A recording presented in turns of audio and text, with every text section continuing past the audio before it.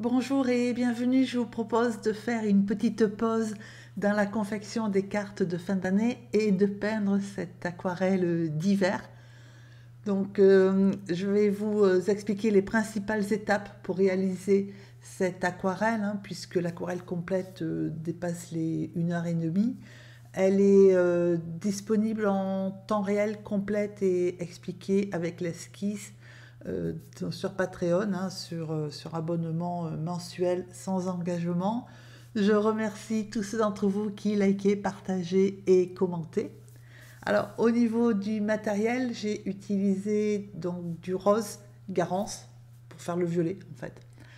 Ou sinon vous prenez du violet Windsor, c'est pour ça qu'il y a les deux couleurs dans la liste. De la terre de sienne brûlée pour faire du gris et du marron. J'ai utilisé deux bleus, on peut en le faire qu'avec un seul, mais moi j'ai utilisé du bleu d'outre-mer et du bleu céruléen, du vert de périlène pour les sapins et du blanc de titane ou de la gouache blanche. En fait, une peinture blanche opaque. Le papier, c'est du papier 100% coton, fontaine de Clairefontaine, 24 par 30, orientation paysage. Et dans les pinceaux, en gros, un moyen, un petit et un très fin. Du liquide de masquage et du film alimentaire si vous préférez, plutôt qu'utiliser le pinceau. Alors, on protège donc son aquarelle par les sapins et le début, le haut des toits des chalets avec du liquide de masquage. Et une fois qu'il est sec, on mouille. Bon, alors j'ai mouillé très légèrement parce qu'on ne peut pas dire qu'il fasse super chaud, c'est plutôt très très humide. Du coup, le papier il a tendance à moins sécher. Donc j'ai mouillé au vaporisateur de façon très rapide. J'ai mis du rose et ensuite du bleu d'outre-mer, voilà, en laissant la place des nuages. Alors, dans le cours complet, on a travaillé le ciel un peu plus que ce que je vous montre, de manière à modeler ces nuages. Là, je vous fais la version rapide.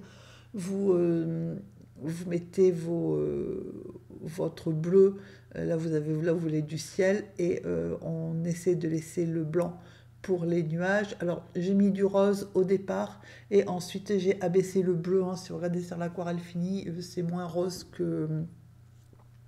Voilà, finalement j'y suis passée avec du bleu, ce qui nous fait plutôt du rose, du violet, pardon. Et quand vous êtes content de votre ciel qui vous plaît, vous vous arrêtez et vous laissez sécher. Une fois que c'est sec, on enlève le liquide de masquage des sapins et on va suggérer des sapins enneigés. Donc on va commencer par mettre les branches qui apparaissent de ci, de là sur la neige. Donc vous mettez tranquillement vos petites touches de... Donc j'ai mis du vert de périlène, du bleu d'outre-mer et un petit peu de terre de sienne brûlée. Et donc vous suggérez vos sapins tranquillement. Donc on commence par suggérer les branches et ensuite on va y mettre un mélange de bleu d'outre-mer et de terre de sienne brûlée.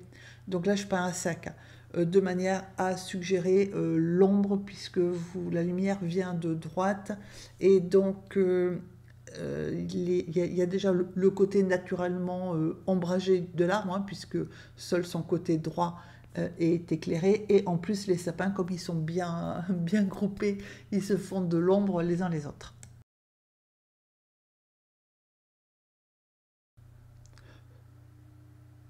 Donc voilà ce que ça donne une fois qu'on a positionné l'ombre, en faisant attention à la mettre plutôt à gauche. On ajoute après quelques petites plaques de neige sur les arbres avec donc du blanc de titane ou de la gouache blanche.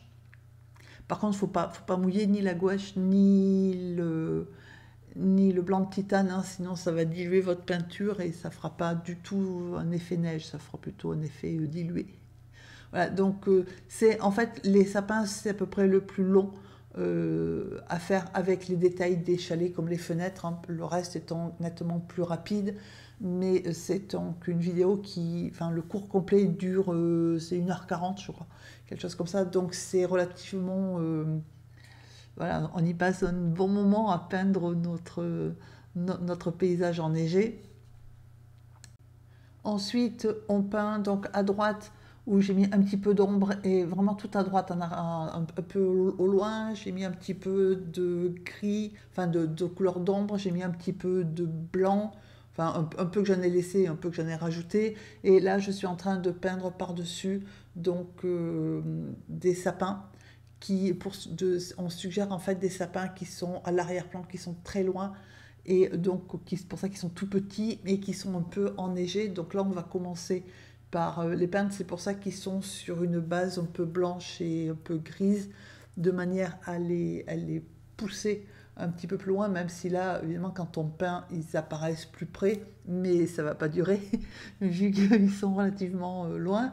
Donc, du coup, il faut essayer de les peindre relativement serrés à différentes hauteur et puis relative, je veux dire, voilà, qui se chevauche un tout petit peu de manière à suggérer bah, que c'est, on est en montagne et que donc c'est sur le versant qui est donc pas le même que celui sur lequel on est, où on voit donc des petits sapins. Voilà. Donc après, on peint ces petits sapins, enfin on les suggère parce qu'ils sont plus suggérés que peints, et on va laisser sécher, on va les peindre, on va les finir, donc on va commencer le chalet, donc on va retirer le liquide de masquage qu'on a mis sur le chalet, mais pas sur l'arbre qui passe sur enfin qui est au premier plan en fait, ou premier plan, ou plutôt qui est devant le chalet. Donc on retire le liquide de masquage en fait au niveau du chalet, et on va commencer à peindre le chalet. Donc en fait, c'est la suite de l'aquarelle, c'est pas très compliqué, il faut juste faire attention de peindre quand c'est sec en fait. Voilà, de bien attendre que l'étape précédente soit sèche avant de continuer. Alors le toit, donc c'est un toit qui est enneigé et où il y a donc et qui est à l'ombre. Donc j'ai commencé par mettre un mélange de bleu et de rose pour faire du violet. Donc si vous n'avez pas de rose ou si vous n'avez pas envie, vous prenez un violet, mais vous y rajoutez un petit peu de bleu quand même, qui ne soit pas trop violet.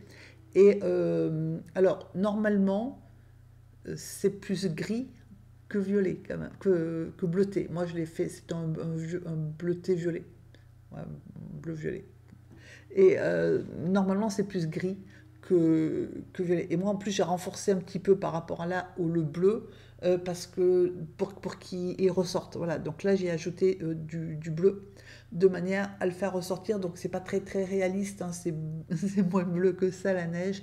Alors pourquoi je l'ai fait? Ben, parce que au niveau de l'aquarelle, il y a les couleurs qui dominent, hein, c'est le bleu et le blanc.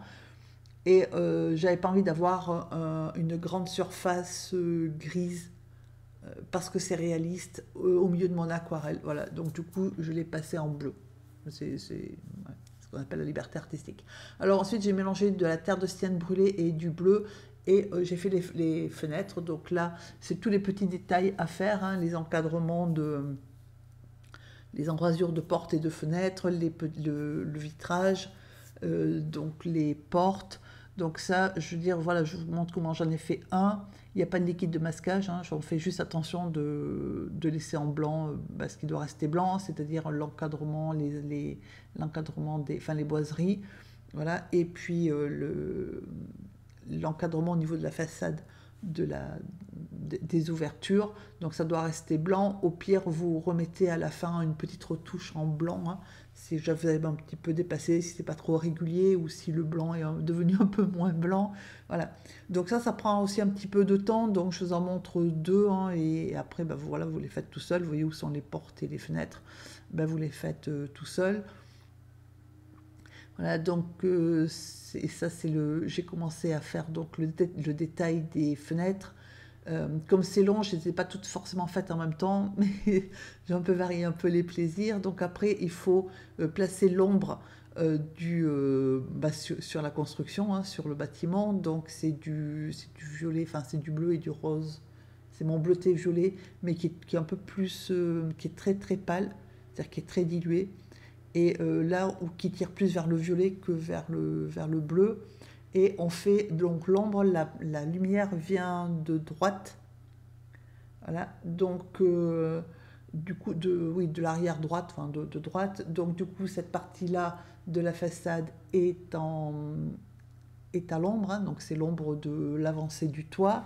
Il faut aussi avec la même couleur, donc elle n'est pas plus foncée, c'est juste qu'elle repasse sur une partie que j'ai déjà mis en violet pâle, du coup ça paraît plus foncé, mais c'est la même couleur, de manière à faire ressortir la structure de la construction, donc au niveau de la pente, de l'avancée aussi de l'étage qui protège les ouvertures du bas, enfin du rez-de-chaussée, etc. Donc cette partie de la façade aussi, c'est toujours la même couleur, hein, c'est pour ça que j'ai laissé aussi l'arbre en protégeant liquide de masquage, et donc c'est à l'ombre. Du coup, alors je l'ai fait évidemment moins foncé que le toit, mais il faut quand même dire que c'est à l'ombre, et cette partie-là, elle est donc la façade est à l'ombre, le toit étant mieux éclairé puisque le soleil vient éclaire en fait par l'arrière droit. Voilà, et ensuite on passe donc le pinceau avec le même mélange, peut-être un tout petit peu moins dilué, de façon un peu aléatoire au premier plan. Le souci qu'on a, enfin le souci c'est pas vraiment un souci, mais le souci qu'on a, c'est qu'au premier plan, on a un premier plan qui est vide, il n'y a rien, c'est de la neige. Donc, à moins d'avoir la patience de peindre les grains, hein, l'effet granuleux de la neige, il faut trouver des astuces. Donc la première, c'est celle-là, c'est-à-dire à promener le pinceau. Donc évidemment, plus on arrive vers nous, c'est-à-dire vers le bas de la feuille, et moins on met d'ombre, hein, puisque l'ombre près des chalets et tout ça, ça s'explique par le chalet lui-même, etc. Plus vers nous, ça s'explique plus trop bien. Sauf s'il y a quelques arbres qu'on ne voit pas à droite, mais dans ce cas-là, ils ne peuvent pas non plus. Voilà, c'est.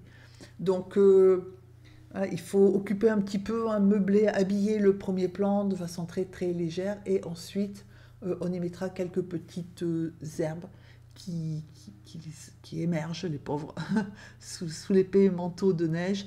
Mais c'est vraiment une interprétation personnelle parce que, avez vu la couche de neige qu'il y a pour que des petites herbes dépassent. Voilà, c'est un peu mort. Donc ensuite, on continue, donc ça, on continue tout ce qui est ouverture, on fait l'arbre donc qui passe devant la maison, et ensuite j'ai ajouté un petit peu de blanc de façon aussi aléatoire pour casser les ombres, pas que ça soit trop, non plus trop régulier, trop bien, voilà. Donc c'est à sec, hein, tout ça, de manière à ajouter aussi un petit peu de neige au milieu de l'ombre. Et ensuite, avec du bleu et de la terre de sienne brûlée, j'ai suggéré quelques branches. Donc attention à mettre le blanc au-dessus et le bois au-dessous. Donc de l'arbre, voilà, de manière à quand même structurer un petit peu. En fait, on ne voit pas tant que ça. Un arbre qui est vraiment à cette altitude-là, vu l'épaisseur du manteau neigeux, on voit à mon avis beaucoup moins que ça, l'arbre. Mais bon, voilà, ça structure un peu dans une zone qui est quand même relativement blanche. Du coup, ça amène un petit peu aussi de couleur et ça fait ressortir. En fait, c'est une question de contraste, hein. C'est-à-dire que si vous voulez faire ressortir votre neige, il faut contraster à côté de manière à ce que ça ressorte. Voilà, donc après, c'est les petits détails, donc on les a fait. Il manque juste les quelques petites herbes que j'ai ajoutées à l'avant-plan parce que ça faisait un peu vide. Voilà, donc après, c'est juste le niveau de détail. Ben, vous choisissez sur quel niveau de détail vous voulez descendre. Ouais, j'ai fait pas mal de détails parce que j'avais envie de les faire et que ça me faisait plaisir de le faire, et que le fait de voir apparaître au milieu donc de toute cette neige des détails comme des arbres, des petites herbes ou des portes ou des vitres, voilà, ça me faisait plaisir de les peindre. Donc j'espère que ça va vous aider à peindre de magnifiques paysages enneigés. N'hésitez pas à me faire à poser des questions, hein, ou à me faire un retour, ça fait plaisir. Et puis si vous avez des questions, n'hésitez pas, ou des précisions à demander, n'hésitez pas à les demander, j'y répondrai avec grand plaisir. Donc je vous souhaite de vous régaler à peindre, et une excellente journée. À très bientôt.